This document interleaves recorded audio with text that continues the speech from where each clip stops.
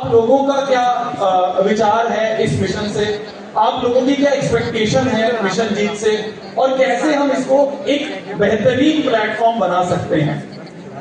आज की ये जो मतलब पहला सिटी हमने आगरा चूज करी है, क्यों चूज करी है, इसका भी एक रीजन था। एक तो हमारे पास टाइम बहुत कम था, तो इतने कम टाइम में हमें कुछ सिटीज चूज करनी थी। सबसे पहला थॉट मेरा गायत्री पब्लिक स्कूल क्यों गया, इसके पीछे रीजन ये है।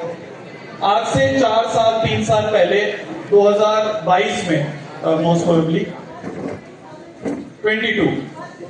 1 जून मैम ने बताया दिया, 1 जून 2022 मैंने ये सोचा कि जब मेरा नेक्स्ट टॉपर्स नहीं था, जब इंडिविजुअल चैनल था शोभित निर्वाण के नाम से, और इतना बड़ा चैनल नहीं था, छोटा सा चैनल था, तब मैंने ये सोचा था कि ऐसा करेंगे, इंडिया टूर रखेंगे 2022 में। तो मैंने गायत्री पब्लिक स्कूल पे बात करी, मैंने कहा कि देखिए मेरे पास पैसा तो नहीं है अभी देने के लिए, और बाहर ऑडिटोरियम बहुत लाखों रुपए मांग रहे हैं, आप ऐसा करिएगा, आपके स्कूल के भी बच्चे मेरे को जानते होंगे, उनको भी बिठा लिएगा, कुछ बच्चे शायद बाहर से भी आ जाएंगे, आप उनको भी थोड़ी जगह दे देना, वो भी बैठ जाएंगे, और एक मोटिवेशनल सेमिनार होगा। तो पूरे इंडिया में मैंने बहुत सारे स्कूल से बात करी, गायत्री पब्लिक स्कूल सबसे पहला स्कूल था जिसने इस चीज के लिए एग्री करा, और उन्होंने मेरे से ज्यादा क्वेश्चन नहीं पूछे।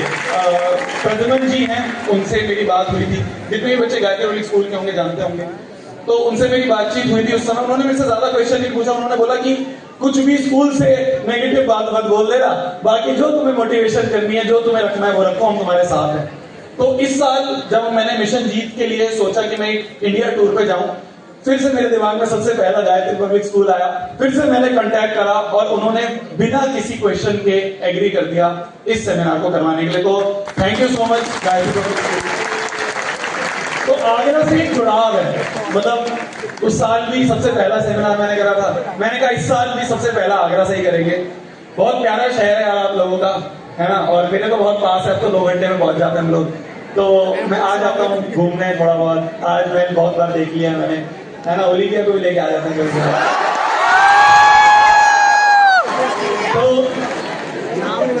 तो इसीलिए आगरा से शुरुआत हुई है। आज का ये जो सेमिनार है, आज का जो ये मिशन जीत का सबसे पहला सेमिनार है, इसकी शुरुआत करूंगा मैं एक स्टोरी से। आप में से कितने बच्चे क्लास 9-10 के हैं? मैक्सिमम बच्चे 9-10 के, 11-12 के भी कुछ बच्चे हैं, 11-12 के भी कुछ बच्चे। Great great great. तो 11-12 वाले को मैं अपना भी एक्सपीरियंस जब मैं बता रहा हूँ ना, तो उनको दुख समझ में आएंगे कि हाँ यार भैया हमारे बारे में बोल रहे हैं। और 9-10 वाले तुम्हारे लिए क्या फ्यूचर में होने वाला है, वो थोड़ा बहुत मैं तुम्हें सामने यहाँ पे बता रहा हूँ। शुरू में 10-15 मिनट मैं बोर करूंगा तुम्हें, फिर 10-15 मिनट के बाद मैं तुम लोगों से भी कुछ क्वेश्चंस, है ना, पेरेंट्स भी आए होंगे साथ में, उनके जो भी सजेशंस है दिमाग में बिठा लो प्लीज। जितने भी पेरेंट्स हैं या जितने भी बच्चे हैं, दिमाग में अपने कुछ सजेशंस रख लो प्लीज, मेरे को आप सभी के सपोर्ट की बहुत जरूरत है मिशन जीत के लिए। तो एक स्टोरी शेयर करनी है।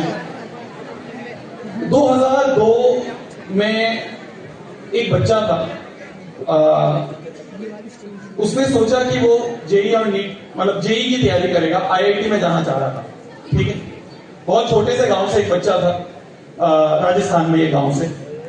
तो उस बच्चे ने सोचा कि मैं जेई की तैयारी करता हूँ। बहुत छोटा गांव था, पेरेंट्स ज्यादा पढ़े लिखे नहीं थे, ज्यादा पैसा नहीं था घर में। तो उस बच्चे ने सोचा कि यार तैयारी करने के लिए राजस्थान में, उस समय पे कोटा इतना ज्यादा फेमस नहीं हुआ था। एक कोचिंग थी उस समय की, सबसे पहली कोचिंग जो कोटा की थी, बंसल कोचिंग के नाम से। तो वहां पे गया, वहां पे जाके बातचीत करी, बातचीत करके उसको वहां पे एडमिशन मिल गई। 11th क्लास में वो बच्चा था, ज्यादा पढ़ने में ज्यादा अच्छा नहीं, नॉर्मल जैसे एवरेज बच्चे होते हैं बिल्कुल वैसे। तो उसने सोचा कि मैं जाके कोचिंग करूंगा। क्लास 11th में, क्लास 12th में उस बच्चे ने जेई की कोचिंग करी। जेई की कोचिंग करने के बाद उसने आईआईटी का एग्जाम दिया। उस समय आईआईटी का अलग से एग्जाम होता था, तो उसने आईआईटी का एग्जाम दिया। आईआईटी का एग्जाम देने के बाद उसकी अच्छी रैंक नहीं आई और उसको सिलेक्शन नहीं मिला। उसने सोचा 1 साल और ट्राई करता हूं। अब 2 साल मैंने चीजें समझ ली हैं, इससे पहले मेरे को कोई बताने वाला नहीं था। 11वीं 12वीं में तो समझ ही नहीं आया कि तैयारी कैसे करनी है। अब मेरे को पैटर्न समझ में आ गया, एग्जाम कैसे होता है ये समझ में आ गया, ये पता चल गया कि मेहनत कैसे करनी है, ये पता चल गया सिलेबस क्या है। उस समय तो कुछ भी नहीं था ना यार, क्या इंटरनेट क्या कुछ चीज, तो टीचर से पूछ के बच्चे तैयारी करते थे वहां पे ऑफलाइन जाके। तो उस बच्चे ने सोचा कि एक बार और ट्राई करता हूँ। तो उसने एक साल का ड्रॉप ले लिया क्लास 12 के बाद, और ड्रॉप लेके उसने जी तोड़ मेहनत करी, मतलब पागलपंती वाली मेहनत करी। उसने सोचा यार इस साल तो आखिर, क्योंकि आईआईटी में एक और अटेम्प्ट मिलता है, उसके बाद अटेम्प्ट नहीं मिलते हैं, तो उसके पास आखिरी एक मौका था। उसने सोचा इस साल एक और मौका है, अच्छे से मेहनत करता हूं। जो जो टीचर्स ने बताया वो सारी चीजें उसने करते गया, नॉर्मल जो भी होमवर्क मिलता है होमवर्क वो करता गया, टेस्ट वगैरह अटेम्प्ट करता गया। अब आईआईटी का एग्जाम हुआ। आईआईटी का एग्जाम हुआ 2002 में, मतलब 2002 में उसने जो फिर से अटेम्प्ट दिया। 2002 के आईआईटी के एग्जाम में गया, वो जाके अटेम्प्ट दिया, अटेम्प्ट देके वापस घर पे आया।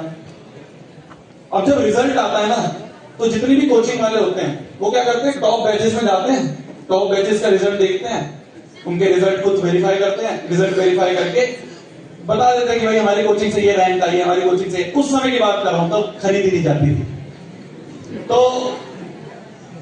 सारी कोचिंग वालों ने अपनी अपनी रैंक बता दी। एक ने बता दिया मेरी रैंक 2 आई है, एक ने बता दिया मेरी रैंक 3 आई है, एक ने बता दिया मेरी 4 आई है, एक ने बता दिया 5 आई है। ऐसे अलग अलग कोचिंग ने, पूरे देश भर में अलग अलग कोचिंग ने अपनी रैंक अनाउंस कर दी। कोई भी बच्चा रैंक 1 नहीं आया, क्योंकि टॉप बैचेस में सब लोग देख रहे थे, टॉप बैचेस में कोई भी रैंक 1 दिखाई नहीं।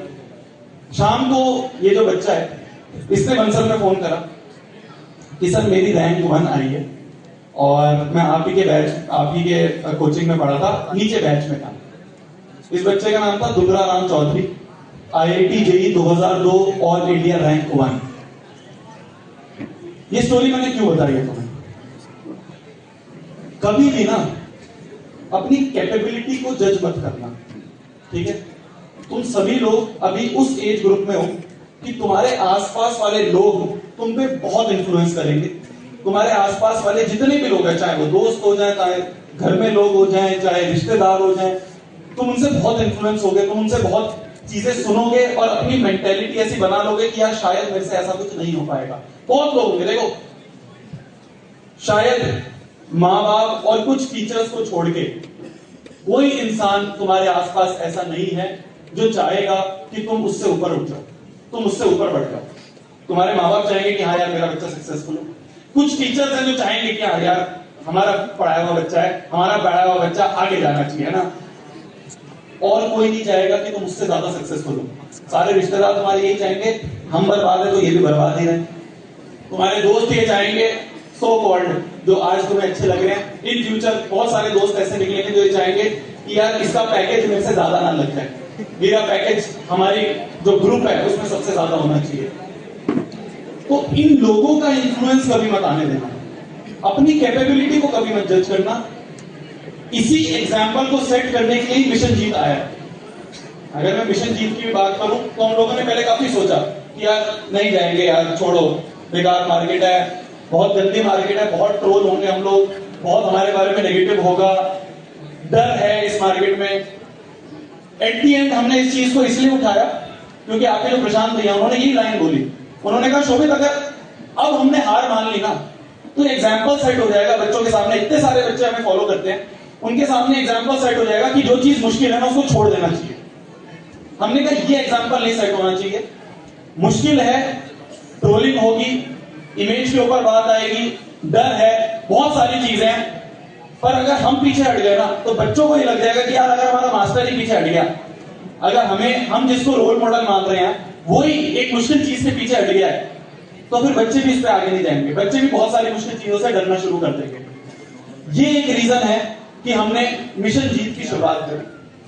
तुम्हें क्या लग रहा है? तुम लोग सोच रहे होगे कि यार भैया अगर मेरा, मतलब बच्चों के दिमाग में आता है कि भैया अब तो सबको पता चल गया है, रिश्तेदारों को भी पता चल गया, 11th के जो बच्चे वो चीज 11th 12th के बच्चे रिलेट करेंगे। मान लो तुम किसी एग्जाम की तैयारी कर रहे हो, तुम सोचोगे कि यार आसपास रिश्तेदारों को पता चल गया, भैया अगर नहीं हुआ तो क्या होगा, तो इनको बहुत बेइज्जती हो जाएगी, भैया वो सब लोग हंसी उड़ाएंगे, मजाक उड़ाएंगे। मेरा कम उड़ रहा है इंस्टाग्राम पे, तुम्हारा तो 4-5 रिश्तेदार उड़ाएंगे, मेरा तो पूरा भारत उड़ा रहा है। समझ रहे हो?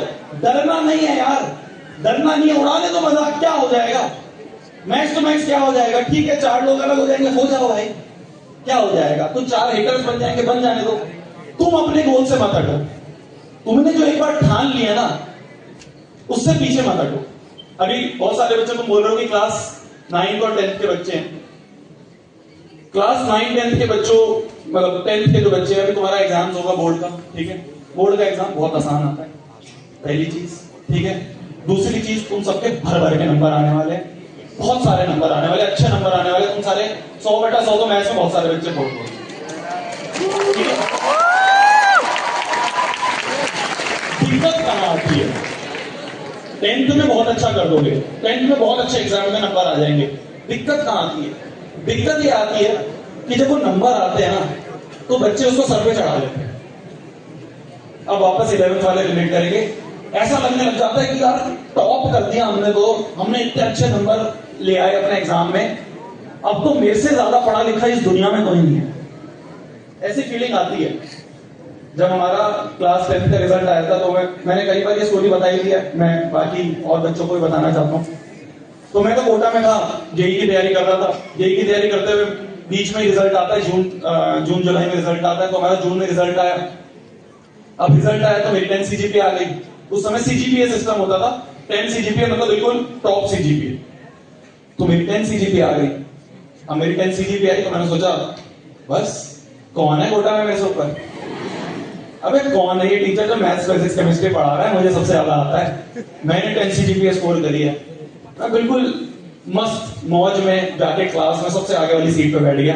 मैंने कहा आज जब सर आएंगे और पूछेंगे कि कौन बच्चा है जिसकी 10 सीजीपीए आई है, पूरी क्लास बैठी रहेगी, सिर्फ मैं खड़ा हूंगा।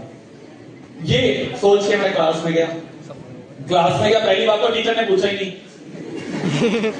उनको क्या फर्क पड़ता है? हमने बताया, हमने कहा सर सर सर वो ना एग्जाम का रिजल्ट आया सर। तो कह रहे कौन सा एग्जाम का रिजल्ट आया? कोचिंग में एग्जाम है? नहीं सर, वो 10th का बोर्ड हुआ था सर, सीबीएसई लेती है एक एग्जाम, आपको पता होगा। अच्छा अच्छा अच्छा, हाँ भाई बताओ कौन है वो 10 सीपीआई सीजीपीए क्या कहते हैं, जो भी है बताओ। मैं फुल स्लो मोशन में खड़ा हुआ, पीछे मुड़ के देखा, मैंने पूरी क्लास खड़ी हुई है, पूरी क्लास खड़ी हुई 10 सीजीपीए लेके आई हुई।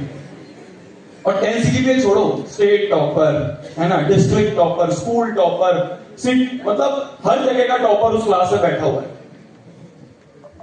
तो वहां पे वो घमंड टूटता है।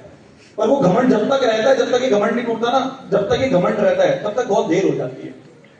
मैं तुम्हें एक और इंसिडेंट बताता हूँ। जैसे हम तुम्हारी ओरिएंटेशन लेते हैं ना, जब बैच वगैरह शुरू होता है तो ऑनलाइन ओरिएंटेशन होती है, हम तीनों खड़े हो जाते हैं, तो उनसे बहुत हंसी मजाक करते रहते हैं।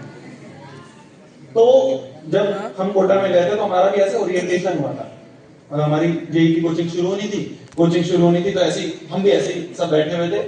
वहां पे जो एचओडीज वगैरह थे वो आके मतलब बस बता रहे थे कि यार कैसे कैसे पढ़ना चाहिए, क्या चीज है। मुझे नहीं पता क्या बता रहे थे, क्योंकि मैंने सुना नहीं। क्यों नहीं सुना? ये घमंड। पीछे बैठा हुआ था बिल्कुल कोने में मैं, ठीक है। मेरे साइड वाला दोस्तों, उस समय स्मार्टफोन का इतना चलन नहीं था, तो मेरे साइड वाला सैमसंग का एज वाला फोन लेके आया था। तो मैं उसका फोन देख रहा था, मैंने कहा यार क्या फोन है, क्या फोन है। फिर उससे पूछा कौन सा गेम है वो खिला दे। टीचर बोले जा रहा है, मैं सुन ही नहीं रहा हूं, पता नहीं क्या क्या चीजें तो उन्होंने बोली। जब रिजल्ट आ गया और उसके बाद धीरे धीरे 11वीं आगे बढ़ती रही, जब दिखा कि यार 11वीं तो एक भारी चीज है यार, 10वीं की तरह नहीं है। जैसे 10वीं में हम कर लेते थे ना कि आखिर के 14 डेज 14 चैप्टर मैराथन हो जाती है ना, 14 डेज में पूरा मैथ्स खत्म हो जाता है। 11वीं में नहीं होता ऐसे, 14 डेज में तो एक चैप्टर खत्म होता है। तो मैं भी यही सोच के किया ठीक है कर लेंगे, ऐसे मैंने पूरी 11वीं निकाल दी। जब पूरी 11वीं निकाल दी, जब पता चला कि अगर बिना किसी क्या कहेंगे उसे, घमंड के, बिना किसी वो हवाबाजी के, अगर मैं शायद उस समय बैठ के टीचर्स की बातें सुन लेता, शायद मेरे को थोड़ा बहुत पता चल जाता। पहली बात तो मेरे को नहीं पता था उन्होंने क्या बोला, पर अगर मैं सुन लेता तो मेरे भले के लिए तो गाइड कर रहे थे यार। वो यही तो बता रहे थे कि यार 11वीं 12वीं में कोटा में दिक्कतें आती हैं बच्चों को 11th 12th में, पर हम लोग एक अलग लेवल पे होते हैं, अलग कॉन्फिडेंस नहीं बोलेंगे, ओवर कॉन्फिडेंस में होते हैं कि यार हम सुनते ही नहीं आगे सामने वाला क्या बोल रहा है। अभी मैं गारंटी से बोल रहा हूं, 11वीं में जाते ही माहौल जाता है, आसपास वाले बच्चे हो जाएं, तुम्हारा पीयर ग्रुप हो जाए, माहौल ही ऐसा बन जाता है कि हर एक बच्चा अपने आप को बाप समझने लग जाता है। उसे लगता है यार मेरे को सब पता है, कौन है ये टीचर, हमें तो भाव भी नहीं देते, नेक्स्ट टॉपर को भाव नहीं देते। यार एक बच्चे पता है तुम्हें, उन्हें लगता है भाई इनको क्या पता होगा, तो 9वीं 10वीं के मास्टर है, इसे क्या पता, ये तो रूट 3 इक्वेशन प्रूव करवाता है। नहीं हंसी, तुम हंस रहे हो पर ये रियलिटी है, हमें भाव नहीं देते, सोचते इसे क्या ही पता होगा यार, असली तो हमें पता है। हम 11वीं में जा रहे हैं, हम इस फलाना कोचिंग में जा रहे हैं, उस फलाना कोचिंग में जा रहे हैं, हम तो इस चीज की तैयारी कर रहे हैं, हम तो एमबीए की, जेईई की, नीट की तैयारी कर रहे हैं। इन छोटे टीचरों से कोई पूछेंगे? यही घमंड होता है। यही घमंड मेरे भी अंदर था, पूरी 11वीं यही मेरे अंदर घमंड था। मेरे को लगता था कि यार इससे कौन पूछेगा यार, पढ़ने का तरीका हमें पता है, 10 सीजीपीए हमारी आई है। कॉन्फिडेंस होना अच्छी बात है। मैंने तुम्हें बोला कि हाँ यार, अपनी कैपेबिलिटी पे जज नहीं करना है, अपनी कैपेबिलिटी पे डाउट नहीं करना है, ये अच्छी बात है। कॉन्फिडेंस होना अच्छी बात है। ओवर कॉन्फिडेंस जहां आ जाता है ना, वहां पे 11वीं बर्बाद होनी शुरू हो जाती है। वहां पे चीजें ऐसा लगता है कि यार साल निकल गया पर कुछ समझ में नहीं आया, साल निकल गया पर चैप्टर छूटे जा रहे हैं, साल निकल गया पर बैकलॉग्स हुए जा रहे हैं। और 11वीं का एक एक चैप्टर एक एक डेढ़ महीने चलता है, कैसे करेंगे बैकलॉग कवर? तो पूरा वहां पे समाप्त हो जाता है चीजें। तो इसलिए जो ओवर कॉन्फिडेंस वाली चीज है ना, मैं इसलिए मिलना चाह रहा था। यही सारे एक्सपीरियंसेस है यार।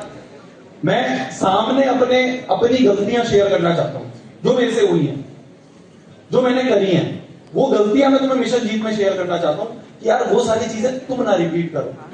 क्योंकि हमारे टाइम पे यार ऐसे कोई अपनी एज ग्रुप का बताने वाला था नहीं, जो सामने आके बता दे कि सुन भाई ठीक है, टीचर लोग कुछ बोल रहे हैं, तू उनकी बातें नहीं सुनेगा। तेरे को लगता है वो बहुत बड़े हो गए, उनकी तो एज गैप बहुत ज्यादा है हमारे बीच में उनके बीच में, तो तुम्हें लगता होगा कि यार टीचर्स की कौन सुने।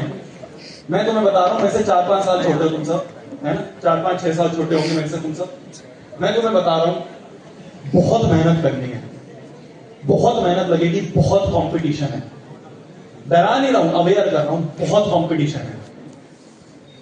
आगे जो तुम एग्जाम सोच रहे हो, अभी तो ठीक है, 9th-10th में तो बोर्ड एग्जाम है, बोर्ड एग्जाम में तो अगर 100 नंबर एक बच्चे के तो 100 नंबर लाखों बच्चों के भी हो सकते हैं।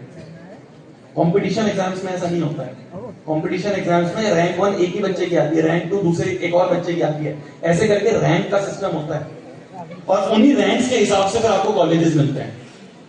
तो कंपटीशन बहुत ज्यादा होता है। सिलेक्शन के एग्जाम नहीं कहते हैं, इन्हें रिजेक्शन का एग्जाम कहते हैं। ये एग्जाम सेट ही इस तरह से होते हैं कि आपको कैसे रिजेक्ट करा जाए, कि यार देखते हैं इसने 2 मिनट से कम में इस क्वेश्चन को करा है, इसको एक्सेप्ट कर लेते हैं, बाकियों को रिजेक्ट कर लेते हैं। इस तरह से मार्किंग होती है। तो मेहनत बहुत करनी पड़ेगी, और मेहनत करने से डरना नहीं है यार, ठीक है। आज तक तुम्हारे खानदान में जितनी मेहनत की हुई ना, उससे ज्यादा मेहनत तुम्हें करनी पड़ेगी, तभी तुम कुछ स्टैंड आउट कर पाओगे। क्या मेरी बात समझ में आ रही है? ये तो 2 साल है, ठीक है। तुम जेईई में जाना चाहते हो, मतलब मिशन जीत में तो मैं जेईई और नीट की बात कर रहा हूं, पर यहाँ पे बहुत सारे बच्चे होंगे तो शायद और भी करियर ऑप्शंस के लिए सोच रहे होंगे, एनडीए वगैरह, और आगे जो बच्चे कॉमर्स के होंगे वो अलग अलग फील्ड के सोच रहे होंगे। सब एग्जाम्स अलग अलग हैं, जरिया सिर्फ एक है, वो है मेहनत। 11वीं 12वीं में जितने बच्चे 11वीं 12वीं में आगे जा रहे हैं, हमारा गोल ये नहीं होना चाहिए कि हमें इस फलाना आईटी में जाना है, इस फलाना एम्स में जाना है, इसमें जाना है, उसमें जाना है। कुछ नहीं लिखा यार, किस्मत में होगा तो ही मिलेगा, ये बात तो बिल्कुल तय है, ठीक है।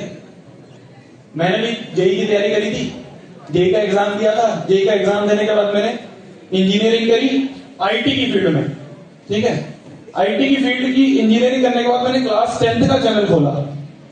आज मैं क्लास 10th की मैथ्स पढ़ा रहा हूं। कोई लिंक है कहीं से किसी का भी? कुछ लिंक नहीं है। काफी मेरे मैक्सिमम बैच में जो भी दोस्त लोग थे वो सारे आईटी में ही अपनी जॉब वगैरह कर रहे हैं, मैं अलग निकल के आ गया हूं। तो जो लिखा होगा तुम वहां तक पहुंच जाओगे। एक चीज में कमी नहीं छोड़नी है, मेहनत करनी सीखनी है। ये 2 साल, ठीक है, मैं बिल्कुल मानूंगा। बहुत लोग होते हैं कि यार एजुकेशन सिस्टम ऐसा है हमारा, ये ऐसा है, वो ऐसा है ना, इसमें प्रैक्टिकल नॉलेज पे ये नहीं होती बात, वो नहीं होती, सब साइड की बात है।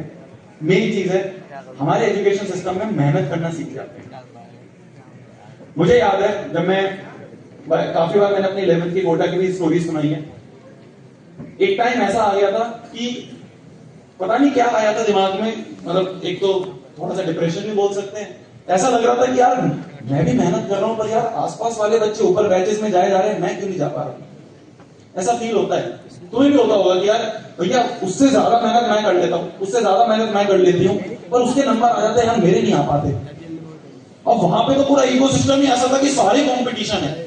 अगर तुम सोचो पूरा हॉस्टल में अगर 150 बच्चे हैं तो 150 के 150 बच्चे तुम्हारे कंपटीशन है। फिर उसके बाद जब तुम कोचिंग में जाते हो तो अगर वहां 4000 बच्चे पढ़ रहे हैं तो तुम्हें वहां दिख रहे हैं। ऑनलाइन में चलो लाखों बच्चे पढ़ रहे हैं, तुम्हें दिखता नहीं है, पर ऑफलाइन में वहां पे मैं रोड पे चल रहा हूं तो हमें वो देते थे, वो छाता देते थे, छाते में जा रहे हैं हम तो हमें दिख रहा है हमारे आसपास बच्चे भाग भाग के पढ़ने जा रहे हैं, तो एक अलग लेवल का डर लगता था। तो मैं पता नहीं क्या हुआ था, पागल ही हो गया था भाई। तो मैं लिटरली बता रहा हूं, पागल हो गया था, पता नहीं क्यों गंजा हो गया मैंने कहा यार ये बाहर नहीं संभाले जा रहे, पहले तो लड़ाओ। फिर उसके बाद रात रात भर बैठ के पढ़ाई चल रही है, सही डायरेक्शन में नहीं हो रही थी, ये मैं बिल्कुल मानूंगा, सही डायरेक्शन में नहीं हो रही थी। अगर सही डायरेक्शन पता होती तो 11वीं सही हो जाती। पर हाँ ये था कि 11वीं में मैंने ये सोच लिया था कि यार ठीक है स्मार्ट वर्क नहीं आता है ना, हार्ड वर्क कर लूंगा, हार्ड वर्क के बाद समझ में आ जाएगा स्मार्ट वर्क कैसे होता है। तो अभी तुम सभी बच्चे जब 11वीं में जाओगे ना तो इनिशियली बहुत दिक्कतें आएंगी, तुम्हें लगेगा यार भैया इतना सारा सिलेबस है कैसे होगा, है ना, एक एक चैप्टर भैया इतना मुश्किल है, भैया फिजिक्स केमिस्ट्री मैथ्स तो ये बिल्कुल ही अलग चीज है, जो हमने 9th 10th में पढ़ी थी वो तो कुछ भी नहीं है, यहाँ पे बिल्कुल ही अलग अलग टाइप के क्वेश्चन आ रहे हैं, सब चीजें अलग लगेंगी। हार्ड वर्क मत छोड़ना, कोई बात नहीं तुम्हें नहीं आता है स्मार्ट वर्क, अरे आ जाता है सब समझ में, धीरे धीरे हर चीज समझ में आ जाती है। पर हाँ अगर तुम गेम से ही बाहर निकल जाओगे, अगर तुम मैदान ही छोड़ दोगे फिर कुछ नहीं हो सकता, फिर कुछ नहीं हो सकता। तो एक बच्चे ने मेरे से पूछा तो क्वेश्चन किया भैया जेईई नीट सब कुछ होता है क्या जीवन में, इससे ऊपर कुछ नहीं होता क्या? उनका बहुत कुछ होता है भाई, इससे ऊपर नहीं। पर अभी इस स्टूडेंट लाइफ में 11वीं 12वीं में अगर कोई एक चीज है जिससे तुम्हारी औकात बन सकती है ना, औकात एक वर्ड होता है ना, सुना है? अगर इस स्टूडेंट लाइफ में किसी एक चीज से तुम्हारी औकात बन सकती है तो वो है अपनी पढ़ाई में अच्छे मेहनत करना, पढ़ाई में अपनी तरफ से सबसे बेस्ट देना। अगर तुमने इस चीज में मेहनत करनी सीख ली ना, क्योंकि मेहनत एक वर्ड है, वो करना सीख लिया ना तो हर एक फील्ड में कर लोगे। आज अगर मेरे से कोई बोलते कि तेरे को रात भर बैठ के ये काम करना है, मान लो पढ़ाई से रिलेटेड नहीं है, मिशन जीत से रिलेटेड है, नेक्स्ट टॉपर से रिलेटेड है, मेरे को कोई बोल दे कि यार देखो रात भर बैठ के नहीं काम करना है, मैं डरूंगा नहीं। क्यों नहीं डरूंगा? क्योंकि कोटा में 11वीं में मैं रात भर बैठ के पढ़ाई करता था, मुझे आदत है उस चीज की, मुझे पता है कैसे करना है, मुझे पता है कैसे मैं आंखों के नीचे विक्स लगा के उठ जाता था। आज भी उठ जाऊंगा कुछ इमरजेंसी आएगी तो शायद वो फिजिक्स केमिस्ट्री मैथ्स मेरे को काम नहीं आ रही है, शायद वो फिजिक्स में जो रोलिंग मोशन होता है कि ऊपर से रोल करता हुआ नीचे तुम्हारा पूरा एक डिस्क चली गई, वो काम नहीं आ रहा है। पर हाँ उस क्वेश्चन को करने के लिए जो रात भर मैं उठा था, वो जो मेहनत की आदत है वो काम आती है, वो जीवन भर काम आएगी। तो ये 2 साल जो है ना, ठीक है तुम्हारा कुछ गोल है, एक तरफ तुमने गोल रख लिया कि हाँ यार भैया मेरे को जेईई क्लियर करना है, मेरे को नीट क्लियर करना है, ठीक है ये सब सेकेंडरी चीज है। मेन चीज है भैया जी तोड़ मेहनत करनी है, डिस्ट्रैक्ट नहीं होना यार। 2 साल हैं, मैं फिर बोल रहा हूं, मतलब अब तुम कहोगे यार भैया पापा भी बोलते हैं कि बस 10th कर ले तो जीवन सेट है, भैया फिर पापा बोलते हैं बस 12th कर ले जीवन सेट है, फिर कहते हैं बस नौकरी लग जाए जीवन सेट है। मैं तुम्हें रियलिटी बता देता हूं, आगे के 2 साल है, मेहनत करनी अगर सीख ली ना तो हर चीजें ना उसके बाद मल्टीप्लाई होती जाएंगी और काम आती रहेगी, हर चीज मल्टीप्लाई होते हुए समझ में आती रहेगी, और वो मेहनत से ना तुम कहीं ना कहीं अपना रास्ता बना लो। जरूरी नहीं है तुम्हारा प्लान होगा कि भैया मेरे को उस आईआईटी में जाना है, उस एम्स में जाना है, हो सकता है तुम्हारा वो प्लान हो, पर अगर उसके लिए तुमने मेहनत करनी सीख ली ना तो शायद भगवान ने तुम्हारे लिए कुछ और एक अच्छा प्लान बना रखा हो और वहां तक तुम्हें लेके चले गए। ये सिंपल सी चीज है आगे के लिए जो तुम्हें दिमाग में रखनी है। गोल कुछ भी हो सकता है, सिंपल एक रूल, मेहनत करनी सीखनी है, जितनी हो सके उतनी मेहनत करनी सीखनी है। बीच बीच में बहुत डिस्ट्रैक्शन आएंगी, ठीक है, बहुत सारी चीजें ऐसी आएंगी, आजा बेटा इधर आजा, चल गेम खेल लेते हैं, चल यहाँ चले जाते हैं, चल आज वहां पे कर, सब चीज इंपॉर्टेंट है, करो, बाहर खेलना है खेलो, मूवीज देखनी है देखो, उसके लिए मनाही नहीं है, उसके लिए दिक्कतें नहीं है, पर एक लिमिट में।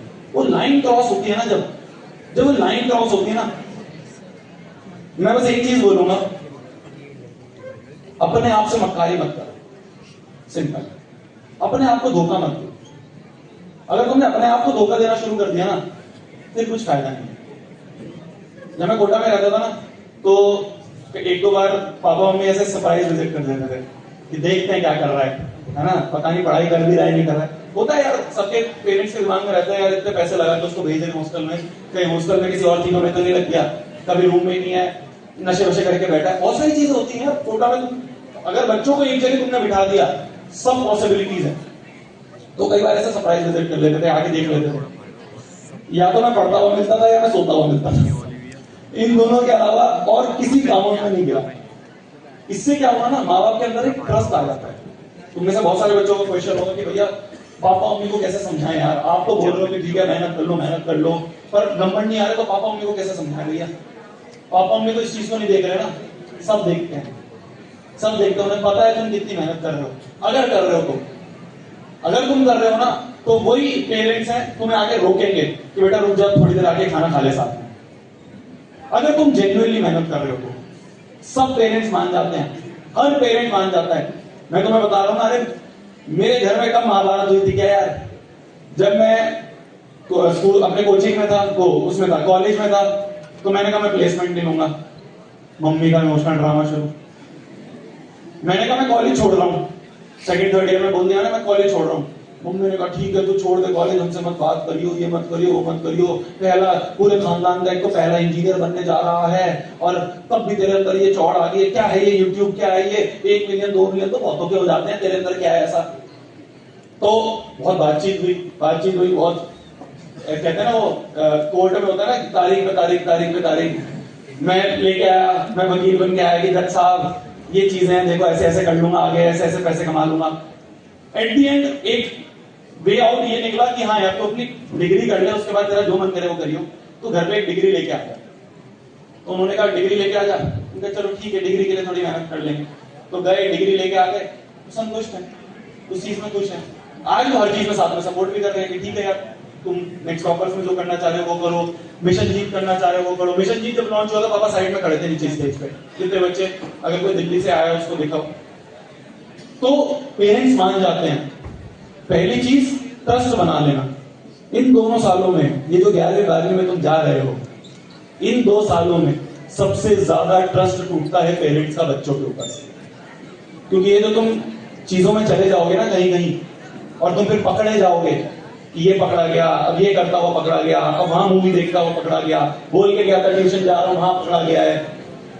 यहां पे जो होता है ना, यहां पे ट्रस्ट टूटता है, ठीक है, यहां पे ट्रस्ट टूटता है। अगर तुम ये ट्रस्ट बनाए रखोगे कि हाँ यार पापा जो है या मम्मी जो है वो बोल के जा रहा हूं, वैसे ही कर रहा हूं, तो हर चीज में आगे सपोर्ट मिलेगा। ट्रस्ट बनाना बहुत जरूरी है। जितनी मेहनत करते हो तो मैंने देखा हुआ है, वो अपने आप समझ जाएंगे कि हाँ यार मेहनत अपनी तरफ से बेस्ट कर रहा है, मेहनत अपनी तरफ से बेस्ट कर रही है। वही पेरेंट्स है शुरू में शायद बोलेंगे कि हाँ यार हमें इस कॉलेज में जाने का गोल बनाओ, उस कॉलेज में धीरे धीरे जब मुझे दिखेगा कि हाँ मेहनत कर रहा है। तो मेरे पापा ने भी एक बार बोल दिया था जब मैं जेईई की तैयारी कर रहा था, तो उन्हें दिखा यार ये तो ऐसा ना हो कि लटक वटक जाए, इतना पागल हो चुका है ये लोग। तो पापा ने बोल दिया था कि हमें तेरी कॉलेज से कुछ मैटर नहीं करता है, तो अपनी मेहनत कर बेटा, अपनी तरफ से बेस्ट दे, हमारे लिए उतना ही बहुत है। तो अगर उन्हें दिखेगा वो अपने आप तुम्हारा सपोर्ट करना शुरू कर देंगे। तो एट दी एंड उनके पास बात वही आती है, 2 साल है, क्रूशियल साल है जिंदगी के, मेहनत कर लो इसमें, अपनी तरफ से बेस्ट दे दो इसमें। मैं 24/7 तुम्हारे लिए खड़ा हूं, 24/7। जिस टाइम तुम बोलोगे ये यार देखो मैंने तुम्हें क्या बोला है, कोई बैच नहीं है यार अभी। अगर ऐसा होता तो हम तो बैच ले आते कि चलो जी जेईई का बैच है, जी नीट का बैच है, जी 4000 में 5000 में ये बैच। अभी कुछ है ही नहीं, टीचर ही नहीं है अभी तो लोग ही नहीं है, अभी तो ऑफिस फाइनल हुआ है हमारा जाके, अभी कुछ नहीं है। हर चीज धीरे धीरे विद टाइम बनाएंगे, विद टाइम अच्छे लोगों को साथ में जोड़ेंगे। तुम्हारे लिए जो बेस्ट हो सकता है वो बेस्ट हम देने के लिए ट्राई करेंगे, उसके लिए हम खड़े हैं। जो गाइडेंस शायद हमें नहीं मिली थी, टीचरों को क्या होता है यार मैक्सिमम, मतलब अब उनके इंसेंटिव्स इस तरह से बनते हैं, उनके जो जेईई की मैं बात कर रहा हूँ, कोचिंग के जो टीचर्स होते हैं उनका ये है कि यार उनको सिलेबस कंप्लीट करवाना है, तो वो लोग सिलेबस कंप्लीट करवाने में ज्यादा फोकस करते हैं। हमने भी यही देखा था, कोई ये गाइड नहीं करता है कि यार पढ़ना कैसे है। अरे इतना बड़ा पहाड़ आ गया है, एक ट्रिग्नोमेट्री जो 10th में पढ़ी थी जिसमें थे 3 फॉर्मूले थे, 300 फॉर्मूले आ गए हैं। इन 300 फॉर्मूलों को कैसे याद करें, कैसे समझें, कैसे ये जो अलग अलग टाइप के सवाल आ रहे हैं इनको कैसे अटेम्प्ट करें, ये गाइडेंस देने के लिए मैं तुम्हारे साथ मिशन जीत पे खड़ा, हमेशा खड़ा। आगे जो चीज, जिस चीज में तुम्हें नीड चाहिए होगी गाइडेंस की, जिस चीज में तुम्हें हेल्प चाहिए होगी गाइडेंस के लिए, मैं करूंगा। यही है मैंने तुम्हें कितना 15 मिनट बोल के मैंने 20-25 मिनट में बोल कर दिया है। ठीक है, तो ये कुछ चीजें थी जो मैं सोच के आया था आप सभी के साथ डिस्कस, मतलब मैं बोलूं शुरुआत में। अब इसके बाद मैं ऑडियंस में मतलब एक बार पूछना चाहता हूं कि अगर किसी का कुछ सजेशन है, देखो मैं फिर बोल रहा हूं शायद सारे आंसर मेरे को ना पता हूं, मैं बिल्कुल इस चीज पर एग्री करता हूं, मेरे को भी हर चीज का आंसर नहीं पता होगा कि आप पूछ लो कि भैया ये बताओ कैसे होगा, शायद मेरे को ना पता हो। ये एक ओपन डिस्कशन की तरह मैं रखना चाहता हूँ, कुछ 8-10 सवाल हम लेंगे या सजेशंस हम लेंगे, उनमें शायद आपके पास किसी और के पास आंसर भी हो तो वो हाथ खड़ा करके आंसर भी बता सकते हैं, ठीक है। तो शुरुआत करते हैं कुछ अगर किसी के दिमाग में माइक है आपके पास टीचर, रुको माइक को कर दो, किससे बोलेगा तू, माइक को चाहिए ना, रुको आराम से बैठे रहो, आराम से बैठे रहो, आराम से। हाँ, कितने तो स्कूल के बच्चे हैं, गायत्री स्कूल के बच्चे हैं, तुम जानते हो मेरे को कितने? अच्छा कोई ऐसा है तो मेरे को बिल्कुल नहीं जानता है कि कोई दोस्त खींच के ले आया कि आ जाएगा टाइम पास करेंगे, तुम नहीं जानते? नहीं जानते, थोड़ा बहुत जानते हो, आप नहीं जानते?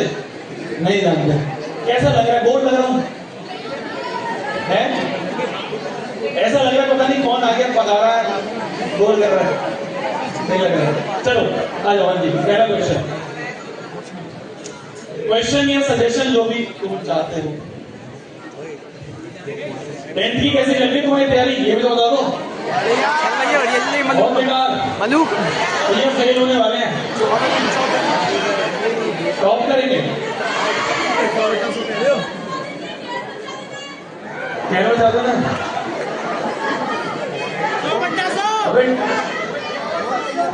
मेरा फोन वहीं आया था मुझे। हाँ जी बताइए सर। और ऊपर रखो माइक। सर मैं नमस्ते सर। नमस्ते। दूसरा ये है कि अब हम और आपके बीच में हमारा एक कनेक्शन है बहुत ही तगड़ा है।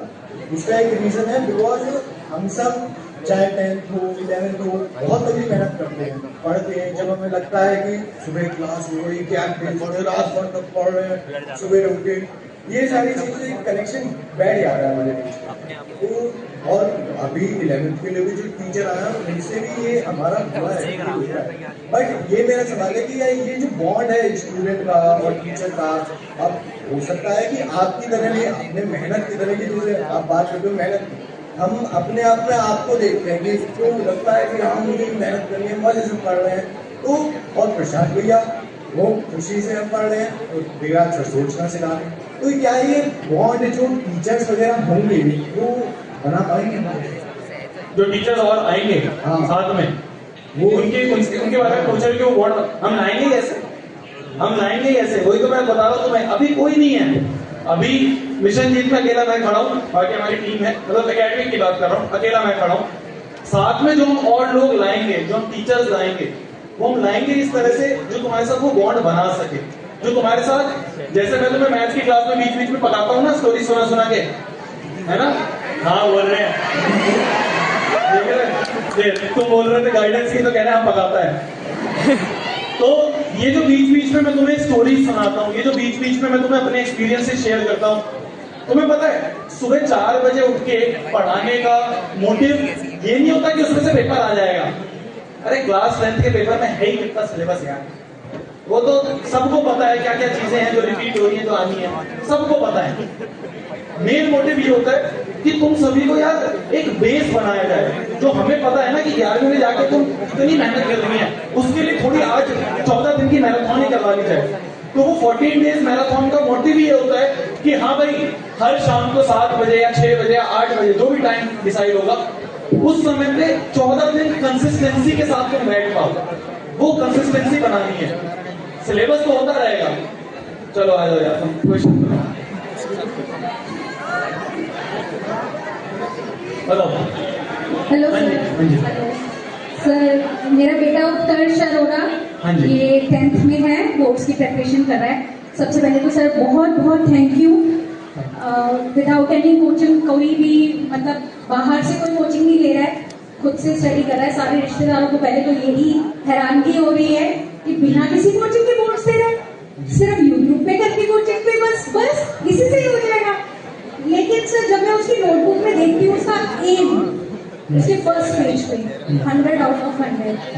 सर डेफिनेटली पहले तो आप में मुझे उसकी छवि दिखाई देती है, और मुझे लगता है कि शायद हमें मौका मिलेगा कि हम भी आपको बुला सकें कि आप हमारे घर पे आओ। सर देखो इसने 10th में कितने अच्छे मार्क्स लिए।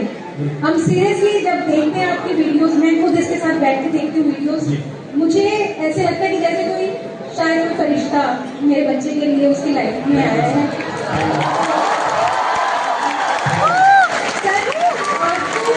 आपको मिशन जीत के लिए बहुत बहुत बधाई और बहुत शुभकामनाएं। लेकिन सर मैं आप जैसे मेहनत के बारे में कहते हैं, जो मेहनत आपने सिखाई है बच्चों को, तो मेरी बस यही सजेशन रहेगी कि जो ये 9th 10th के बच्चों को आप मेहनत सिखा रहे हैं, आप प्लीज इसको मत छोड़िएगा।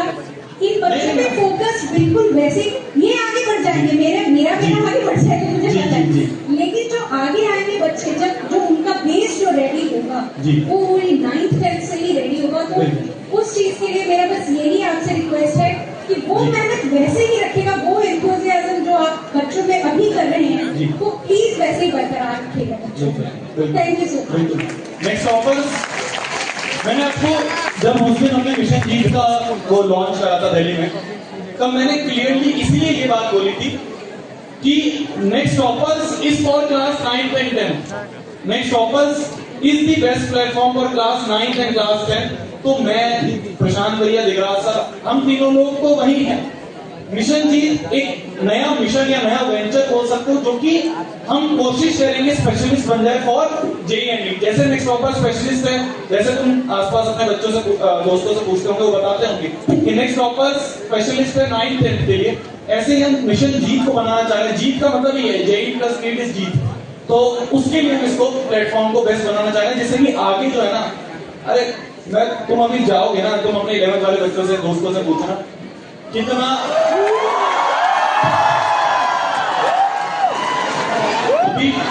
जब तुम लोग 11th 12th में जाओगे ना, जब तुम देखोगे कि किस तरह की गंदी बातें,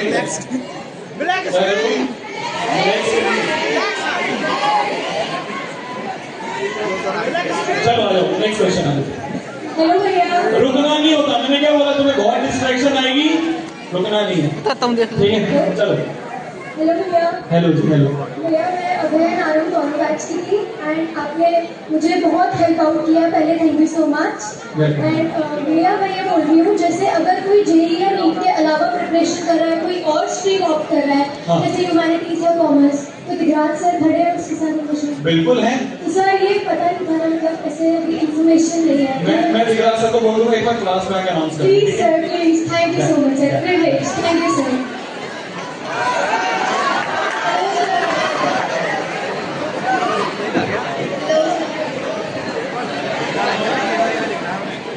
देखो आराम से बैठे रहना अपनी सीट्स वगैरह पे जाके भी हो, क्योंकि दिल्ली में भी क्या हुआ था इस बार भी इवेंट में वही हुआ कि इवेंट एकदम कैंसिल करना पड़ा। हेलो भैया, कहाँ पे हो जी? मेरा भैया, हाँ हाँ हाँ बताओ भैया। मैंने प्री बोर्ड में भी काफी मेहनत की थी, ठीक है, लेकिन मेरी तो भी 40% बनी थी, 40% नहीं बनी थी। अच्छा अच्छा। और क्या कहते हैं, मैंने एसएसटी का भी सारा सिलेबस कंप्लीट कर लिया, लेकिन वो कॉन्फिडेंस नहीं आ रहा है अंदर से, जिस तरह से सिलेबस कंप्लीट किया है। ठीक है, सो रात को याद करता हूँ, सुबह भूल जाता हूँ। अच्छा, दिगराज सर से नहीं पढ़ते हो तुम? नहीं नहीं पढ़ते। You have your answer. देखो मैं बताता हूँ, आपसे पढ़ता हूँ भैया सर मैं। अरे एसएसटी कैसे कोई पढ़ेगा यार, मेरे को खुद नहीं आती, मैं कहाँ से पढ़ा दूंगा। मैं तो एसएसटी 7 दिन में पढ़ता था। उस समय बुक आती थी फ्लो चार्ट वाली, मैं फ्लो चार्ट रट के जाता था, जाके अपने हिसाब से आंसर लिख देता था, पूरे नंबर आ जाते थे, पता नहीं कैसे। तो देखो जो तुम्हारा क्वेश्चन है ना सबसे पहला वाला कि भैया प्री बोर्ड में बहुत मेहनत करी, 40% ही आए, ठीक है, बैठो एक बार मैं बताता हूँ। अब भैया को ध्यान से फोटो भी क्या फोटो है, राजीव ले लेना फोटो। देखो अबे इधर भी देख लो, सारे पीछे देखने लगे, क्या दिख रहा है पीछे? कौन दिख रहा है तुम्हें पीछे? अपने आप ही कुछ नहीं। सुनो बोलिए। My name is Kavya and कल मेरा मैथ्स का प्री बोर्ड है, बताइए जी। कीबोर्ड 1 में मेरे 60 में से 59 आए। ठीक है। एक आई गेस एमसीक्यू वगैरह में करते हैं, अगर मैं सिंपल में सॉल्व करती हूँ तो एक ना एक गलती निकल ही जाती है। गलती मेरी लाइक क्वेरी, बट एग्जाम में हो ही जाता है ऑटोमेटिकली। बट जब मैं सेकंड बार रिवाइज करती हूँ पेपर, तो मेरी कीबोर्ड मतलब 9 मार्क्स की गलती निकली, जो कि मैंने सेकंड बार रिवाइज करके नहीं किया। बट वो सिली मिस्टेक नहीं, प्लस माइनस में गलती हो जाती है। इंस्टेड ऑफ पूरी प्रैक्टिस करने पर आपके सारे जो आप ऑनलाइन क्लासेस में करवाते सब करने के बाद भी 2-4 मार्क्स कट ही जाते हैं। एंड मेरी मम्मी की वो 2-4 मार्क्स क्यों कटे तेरे, जब तू इतना पढ़ रही है तो क्यों कटे तेरे? मैं क्या बोलूं इसका? देखो, सिली मिस्टेक मेरे पढ़ाने से नहीं सही होगी। सिली मिस्टेक सही होने के लिए सिंपल सी चीज है, जितने मैक्सिमम तुम क्वेश्चन अटेम्प्ट करोगे उसी से सही होगा। शुरुआत में जैसे मैंने बताया था, जब एक बार आरंभ जब शुरू हुआ था तो मैंने ये बताया था कि कैलकुलेशंस की थोड़ी ज्यादा प्रैक्टिस करो। यार दिन में 5 सवाल उठा लो, ठीक है, रैंडमली अपने आप ही 5 सम लिख दिए, जैसे बचपन में करते हैं ना, 4 3 7 8 मल्टीप्लाई बाय 1 2 4 8। करो 4-5 सवाल सुबह सुबह उठ के, अपने आप करोगे। क्योंकि दिक्कत क्या आती है ना, जैसे ही हम क्लास 10th में आ जाते हैं, हमें ये लगता है कि यार मैं कैलकुलेशन करूंगा। तुमने देखा मैं क्लास में अगर 17 into 4 भी होता है, कई बार तो मैं करके दिखाता हूँ। वो इसलिए करके दिखाता हूँ कि यार ये ईगो वाली बात मत लाओ कि भैया यार इतने बड़े हो गए, मैं मल्टीप्लिकेशन ऐसे करूंगा तो कोई देख लेगा अगल बगल वाला। ये कोई नहीं देख रहा, किसी को फर्क नहीं पड़ता। तुम्हें क्या लग रहा है उसको अपने एग्जाम की पढ़ी है, तुम्हारे एग्जाम की पढ़ी है? तो छोटी छोटी कैलकुलेशंस भी हुआ करें ना, उनको दिन में मैं कहूंगा बस 5 सवाल अपने आप रैंडमली बनाओ और उन 5 सवाल को सुबह उठ के अपने आप सॉल्व करो। जितनी ज्यादा करोगे, भी कुछ है अपने पास दिन 17 तारीख को एग्जाम है, महीने से ऊपर है, जितनी कैलकुलेशन की प्रैक्टिस करोगे उतना अच्छा होगा।